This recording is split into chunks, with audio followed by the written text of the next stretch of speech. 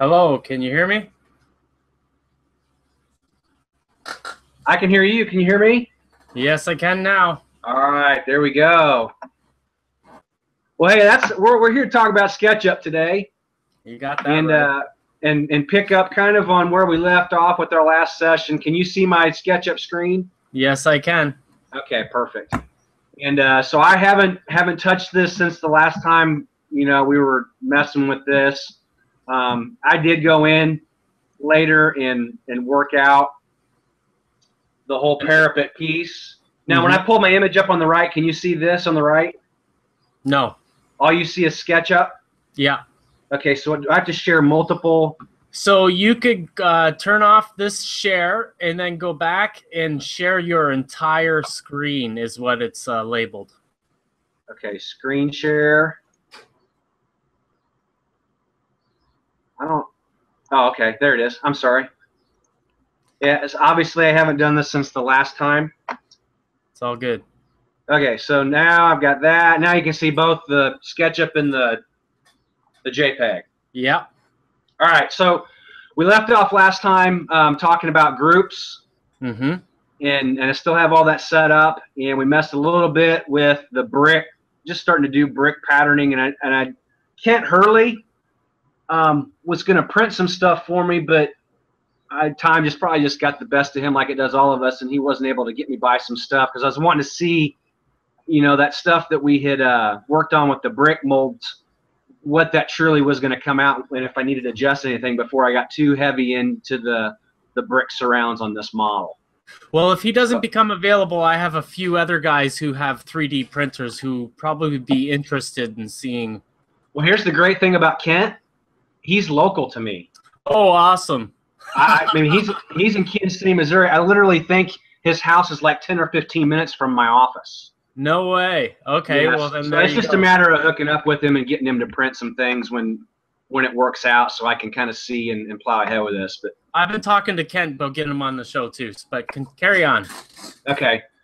All right, so we have the parapet piece that we based on this rudimentary profile that I just threw together, kind of knowing what those dimensions would approximately be. And last time I was saying, hey, look at the picture while I'm talking to you. Well, I'll keep the picture up, but it'll slide away when I jump back into SketchUp, but I'll keep bringing it back up as we point to things. But sure. Today what I thought we'd do is go into just our parapet piece and start looking at, we've got a whole row of what we call dental molding.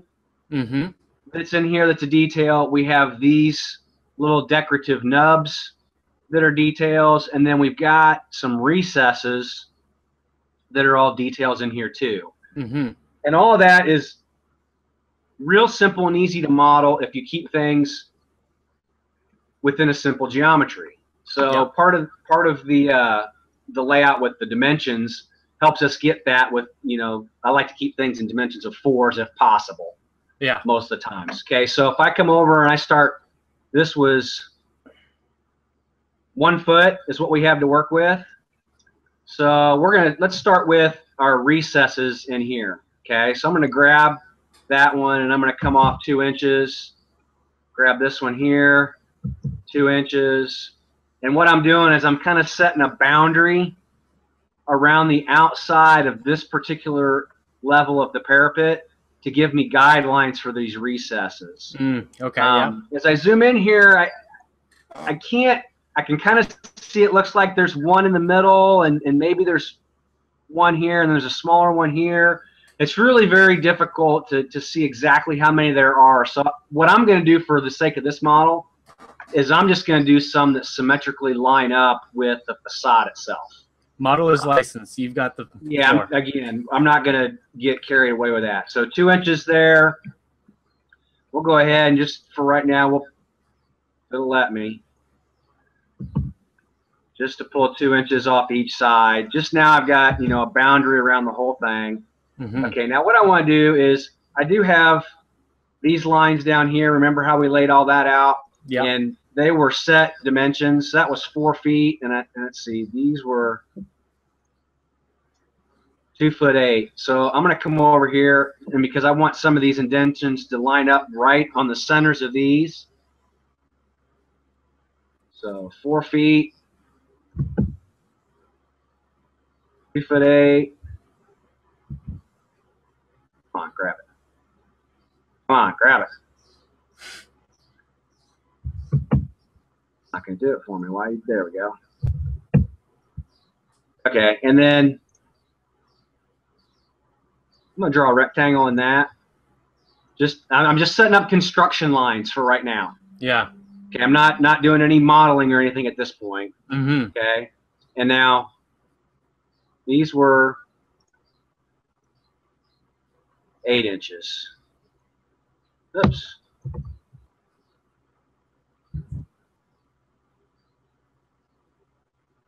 Oh, really? It is not.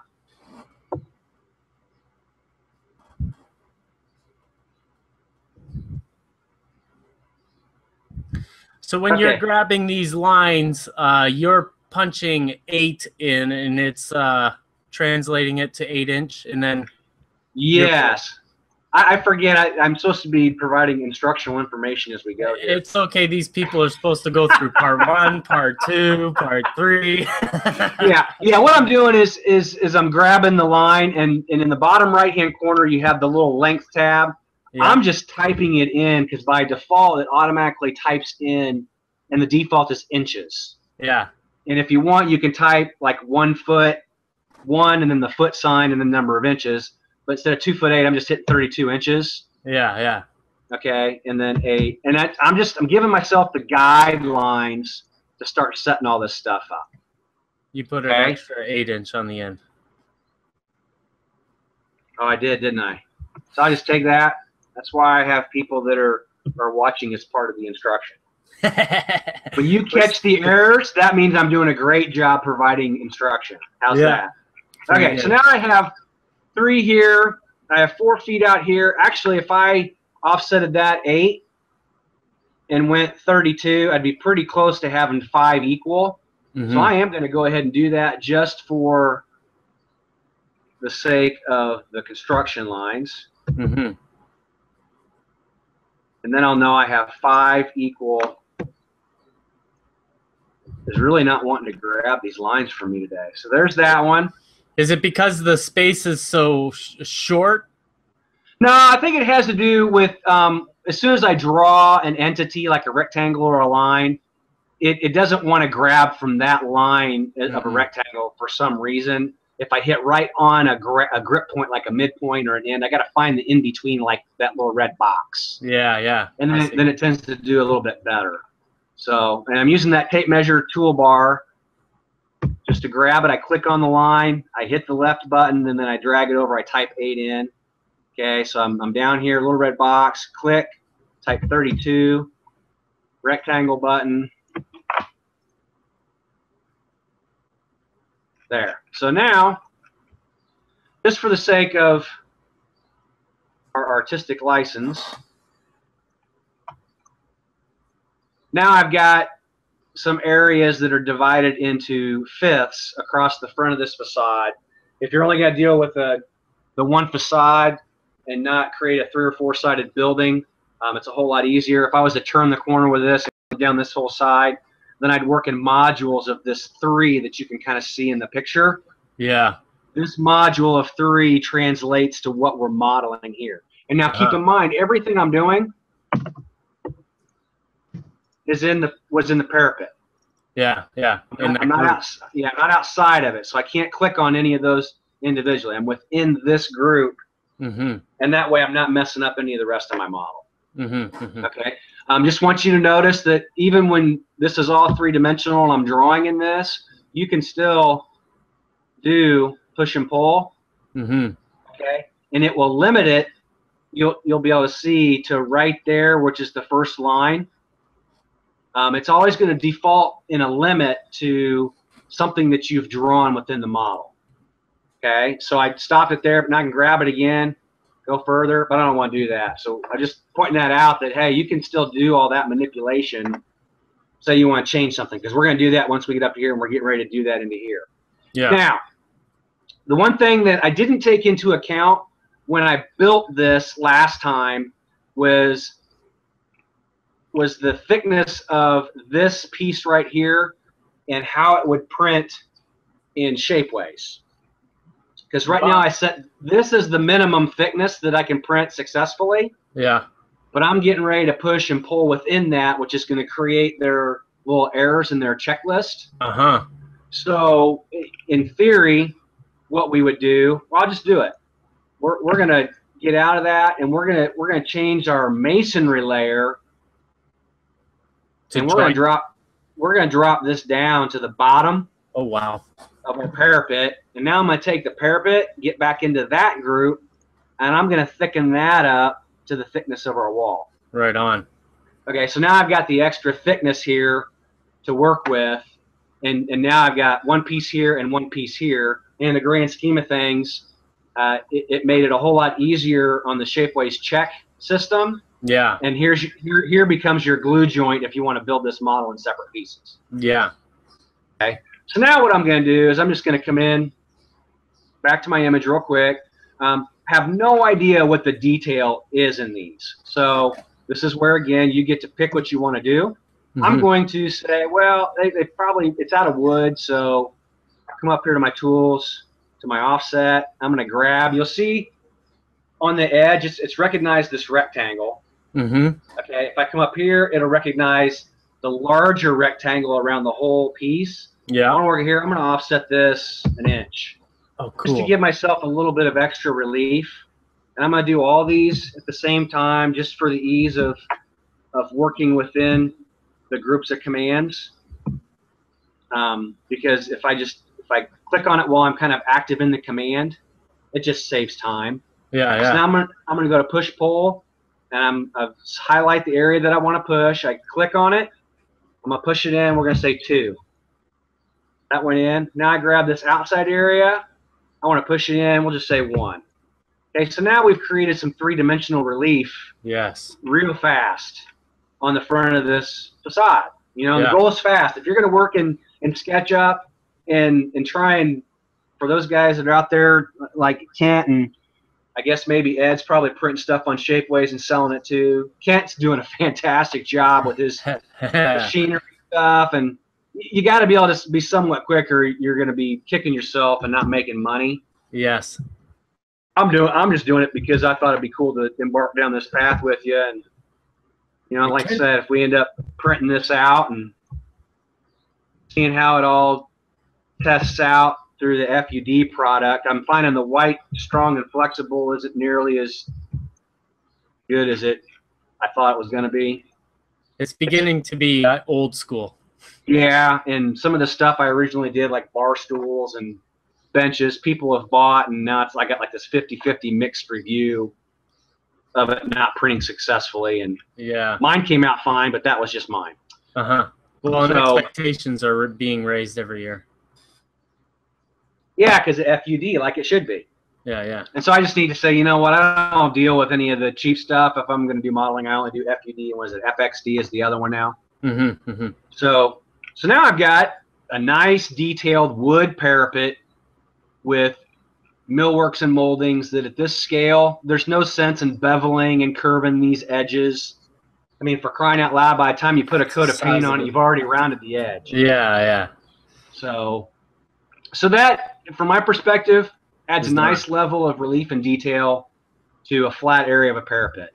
Okay, now I got another one up here that has similar, but this is where we had our bump outs. Yes. So now I look at it and say, okay, well, it was easy enough to divide this into fists. That works symmetrically with the plan. This one, there's only 4. I want to stay somewhat true to what we have going on here, and I only want to do 4. So now I'm out to working something out on the ends, and it looks like these, if I kind of follow the natural path, might kind of line up on the masonry in between the windows, or maybe a little outside of it, because it looks like they're fairly equal spaced here. I'd agree with that. You know, but I don't know what this dimension is out here, and I don't know what this dimension is here, so we'll fake it. So we're going to come in, back into our group, new guidelines. So we'll just start with 12 from either end.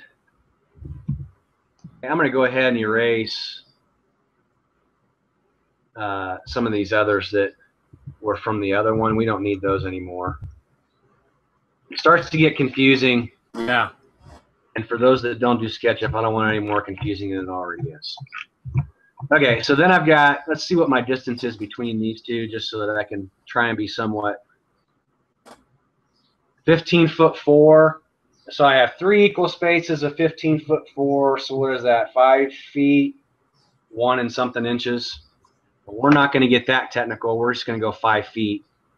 So 60. Didn't grab it. Here I am again, playing 60 from that side, 60 from that side. Okay, so now I've got center lines of where I'm going to drop these 4 rectangles. Perfect. Just like kind of similar to the other one, I've got 8 inches. So how about we just go, we're going to make 4x4s for this. Well, 2 off the top, 2 off the bottom. I already have 1 guideline here. 2, 2, and I'm going to draw a rectangle. Oops. Okay? Yep. So carry that out and do the same across. And you see you can knock these out pretty quick. I'm just going in, grabbing them with that tape measure and offsetting to give myself those guidelines. And then hit all my rectangles. And I use the shift and the middle mouse button key to pan across like that real quick. Mm-hmm.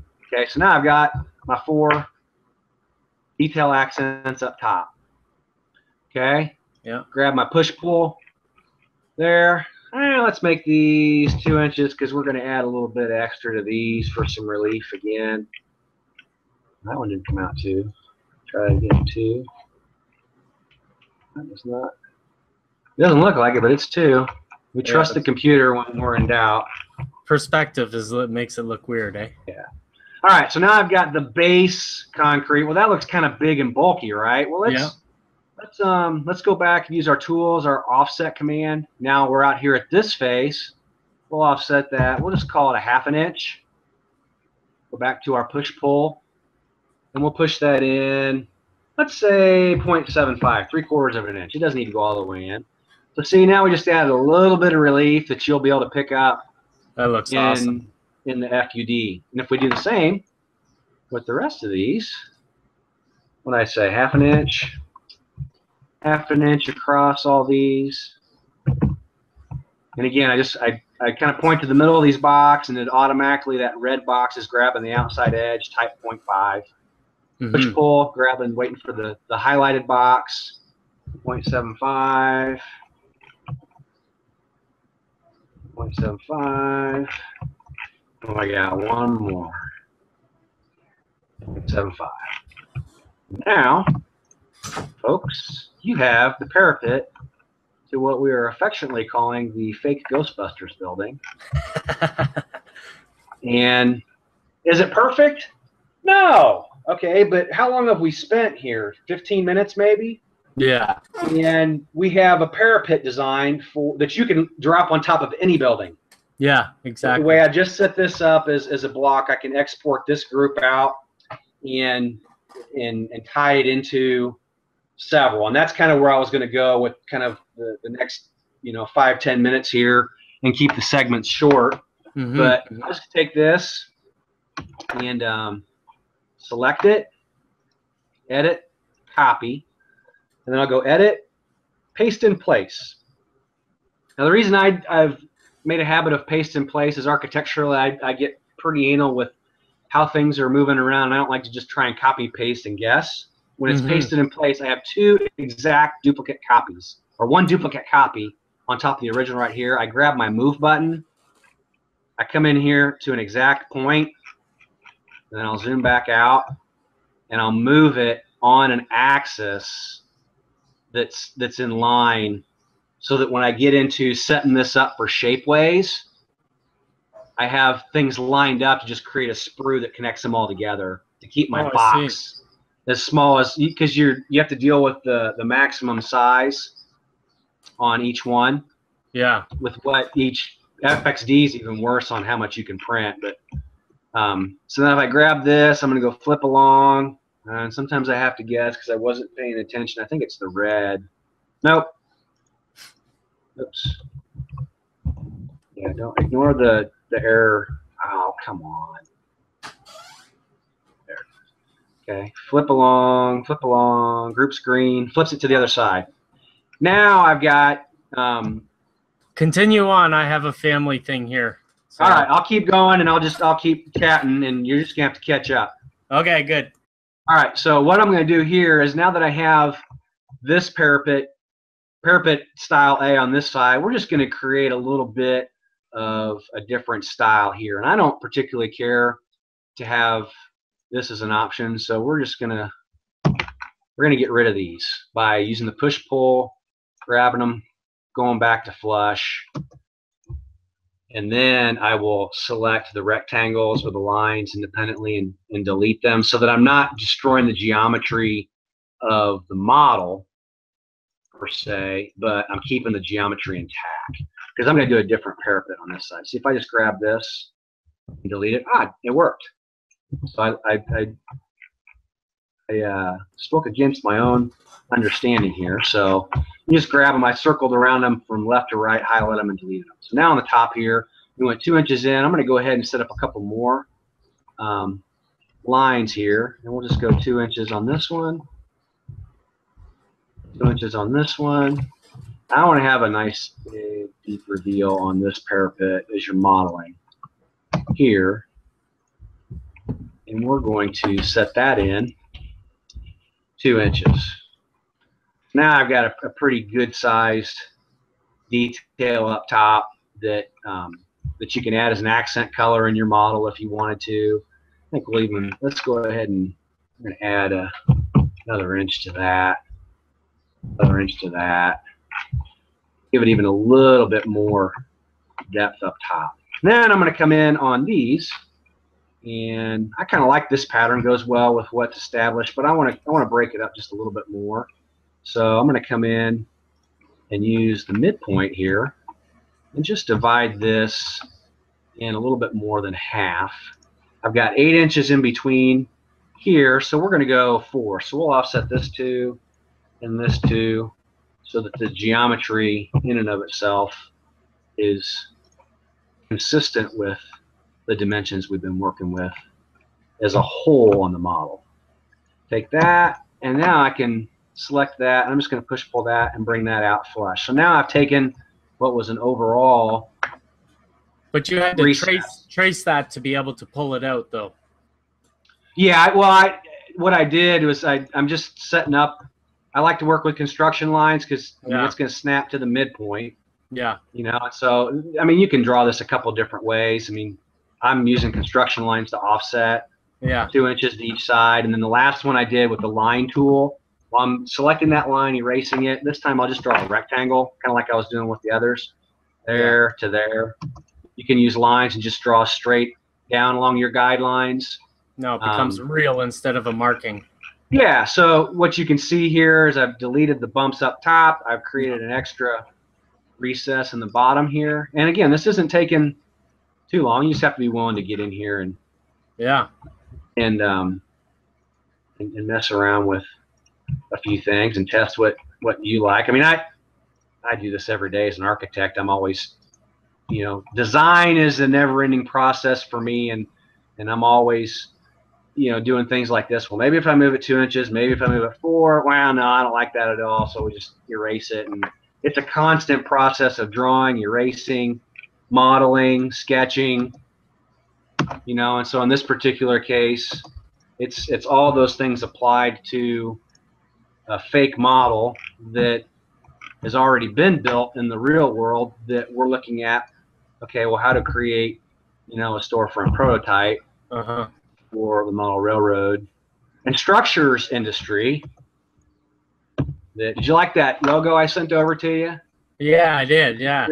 Those are the kind of cartoony versions. I've got some much more elaborate ones coming your way.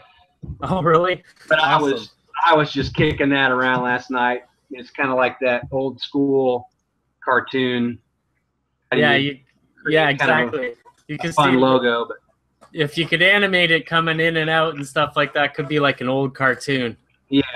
All right. So now, within another 4 to 5 minutes here, Ron has stepped away and addressed all of his family issues for the day, and like we have, that's right. We have two totally different similar but very different parapets. Mm-hmm.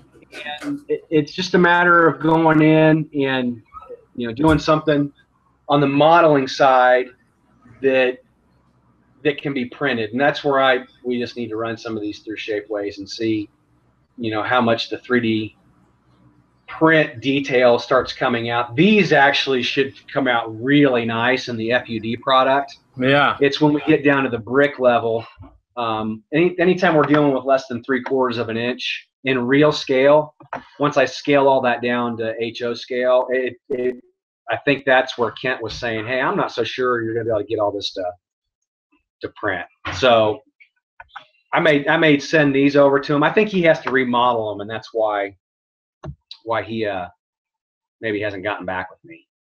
So, I mean, that's just within 20-30 minutes here. We've finished the model for our Ghostbusters building. We've added an additional parapet that can be dropped again on top of stone wall, brick wall, stucco wall. So anybody that's out there modeling in mat board or anything else, you can take a 3D printed parapet, glue it right on top, and have some additional detail without the hassle of having to try and scratch build that whole piece. You still there? Did I lose you?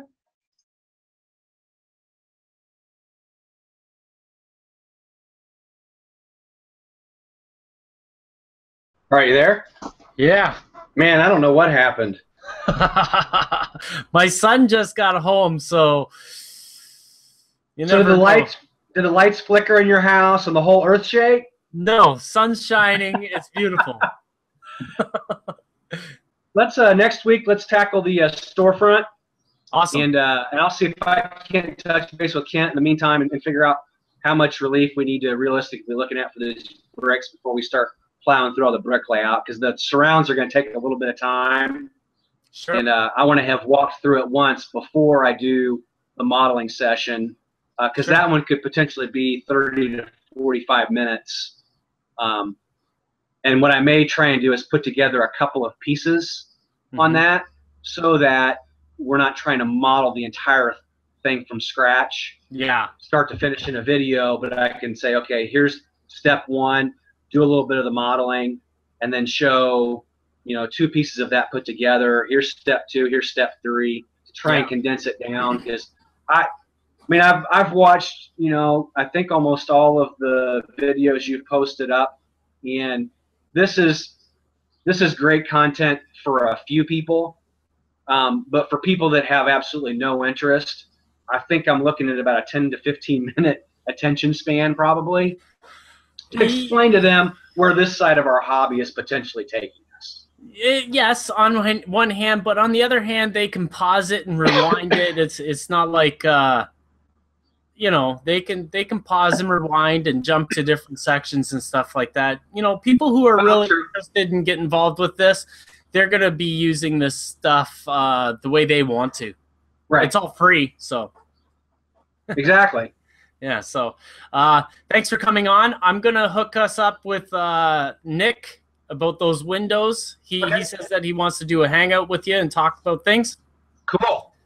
About laser cutting, and we'll go from there. That'd be awesome. Okay. Thanks again, Ron. No problem. Have a good day. All right, you too. All right, bye.